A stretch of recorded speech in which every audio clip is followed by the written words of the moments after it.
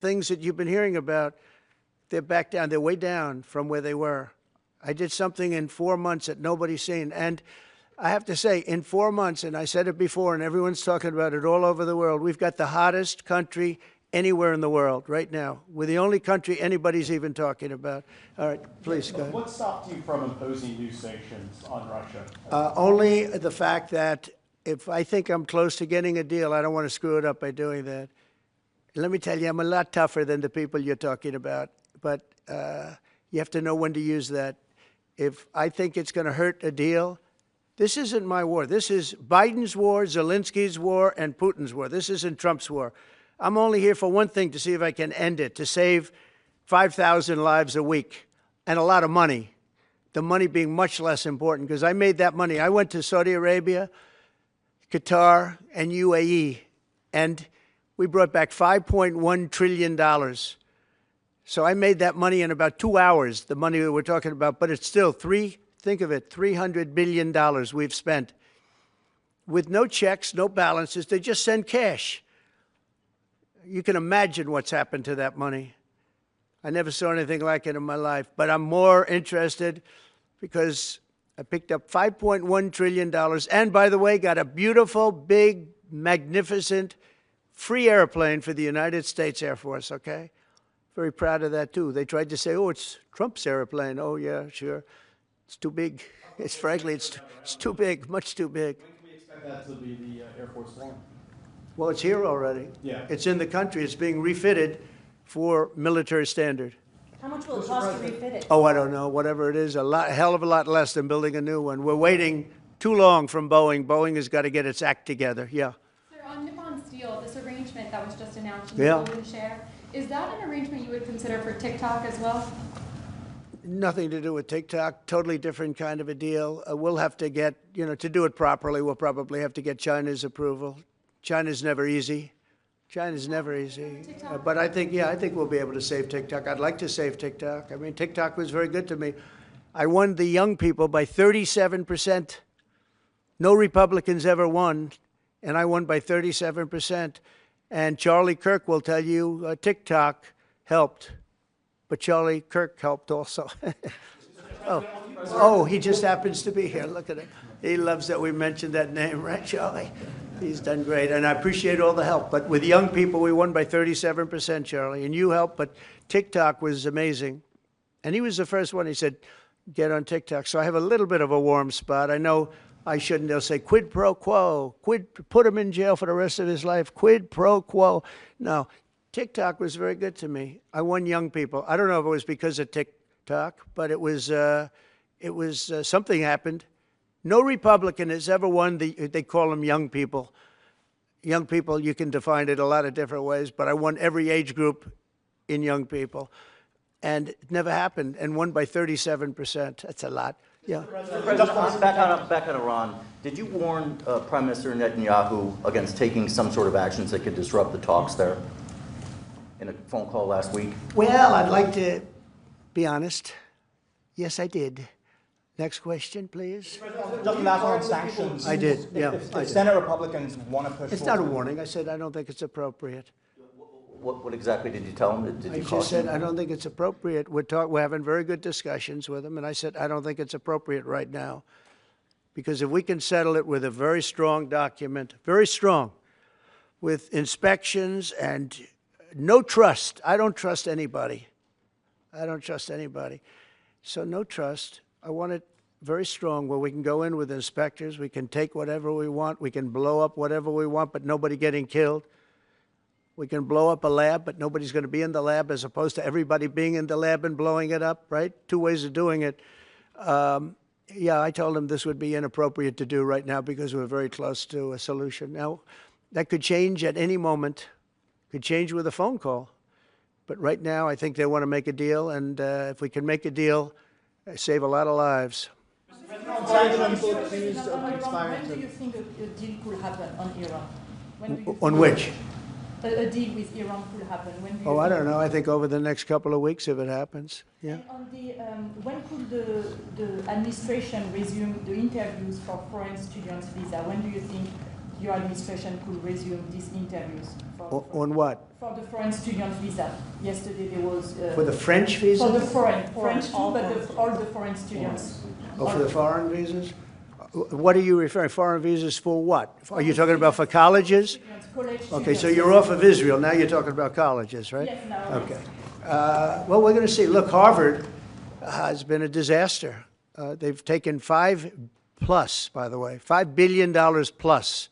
$5 billion. Nobody knew that they were making this kind. If we didn't do this, we would have never found this out, Pam. They're taking $5 billion. And I'd rather see that money go to trade schools. And by the way, they're totally anti-Semitic at Harvard, as you know, and some other colleges too, in all fairness to them. And it's been exposed, very exposed. And I think they're dealing very badly. Every time they fight, they lose another $250 million. Yesterday we found another $100 million. And they have, they have a fund, an endowment, $52 billion. All right? They get a lot of that from the United States. And I think it's ridiculous. I think everyone's coming up to me saying, we love the idea of trade schools with that kind of money, and money from others, but money from them. You can have the best trade schools anywhere in the world. You give them to Iowa, Indiana, lots of good states, well-run states, and you give them the money. They can only be used for trade schools, and they'll teach people how to build motors and cars and AI. The AI, we're building plants, we're building hundreds of billions of dollars worth of AI plants, already started, many of them. We've never had a boom like we're having now. You're going to see it. There's never been anything like it. So we're up to about $14 trillion in investments. There's never been anything even close. You look at Biden, this guy, they had people leaving as opposed to investing. And they're doing it because of November 5th, and they're doing it because of the tariffs. The tariffs have been tremendous. I can promise you, and I have great respect for the people at the European Union, they wouldn't be over here today negotiating if I didn't put a 50% tariff on. The sad thing is now when I make a deal with them, it's something much more reasonable. They'll say, oh, he was chicken. That's so unbelievable. I usually have the opposite problem. They say, you're too tough.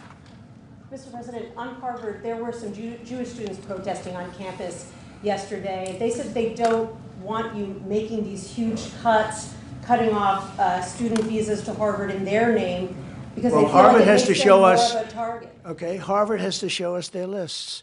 They have foreign students. About 31% of their students are foreign-based, almost 31%.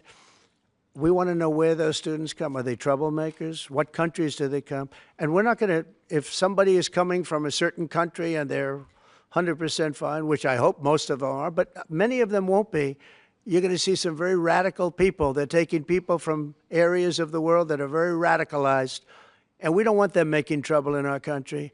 So I saw yesterday that in the middle of the UK, there was a nice young man. He wants to go back to school at Harvard, and he looked good to me, but I want to check his past. But we want to be able to see why, these countries aren't helping us. They're not investing in Harvard and all of we are. So why would 31%, why would a number so big? I think, number one, I think they should have a cap of maybe around 15%, not 31%. We have people want to go to Harvard and other schools. They can't get in because we have foreign students there. But I want to make sure that the foreign students are people that can love our country. We don't want to see shopping centers exploding. We don't want to see the kind of riots that you had.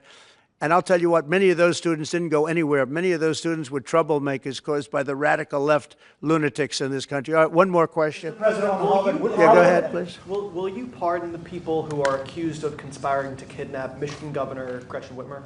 I'm going to look at it. I will take a look at it. It's been brought to my attention. I did watch the trial. It looked to me like somewhat of a railroad job. I'll be honest with you. It looked to me like some people said some stupid things. They were drinking, and I think they said stupid things. But I'll take a look at that. And a lot of people are asking me that question from both sides, actually. A lot of people think they got railroaded. A lot of people think they got railroaded. And probably some people don't. One more. Go ahead. Mr. Chairman, Yeah, sorry. how will the confrontation with Harvard end? You will see. I don't will you know. gonna- I don't know. settlement? Harvard is treating our country with great disrespect, and all they're doing is getting in deeper and deeper and deeper. They've got to behave themselves. You know, I'm looking out for the country and for Harvard. I want Harvard to do well. I want Harvard to be great again, probably, because how could it be great? How could it be great when you have Harvard announced 2 weeks ago that they are going to teach remedial mathematics, remedial, meaning they're going to teach low-grade mathematics, like 2 + 2 is 4. How did these people get into Harvard if they can't do basic mathematics? How did they do it? I mean, people with 1,600 in their boards don't get in, and they're letting people in, and they're bragging about how they're teaching them basic mathematics. Where did these people come from? So we have to look at the list, and Harvard has to understand the last thing I want to do is hurt them. They're hurting themselves. They're fighting. You know, Columbia has been really, they were very, very bad what they've done. They're very anti-Semitic and lots of other things. But they're working with us on finding a solution. And, you know, they're taking off that hot seat. But Harvard wants to fight. They want to show how smart they are. And they're getting...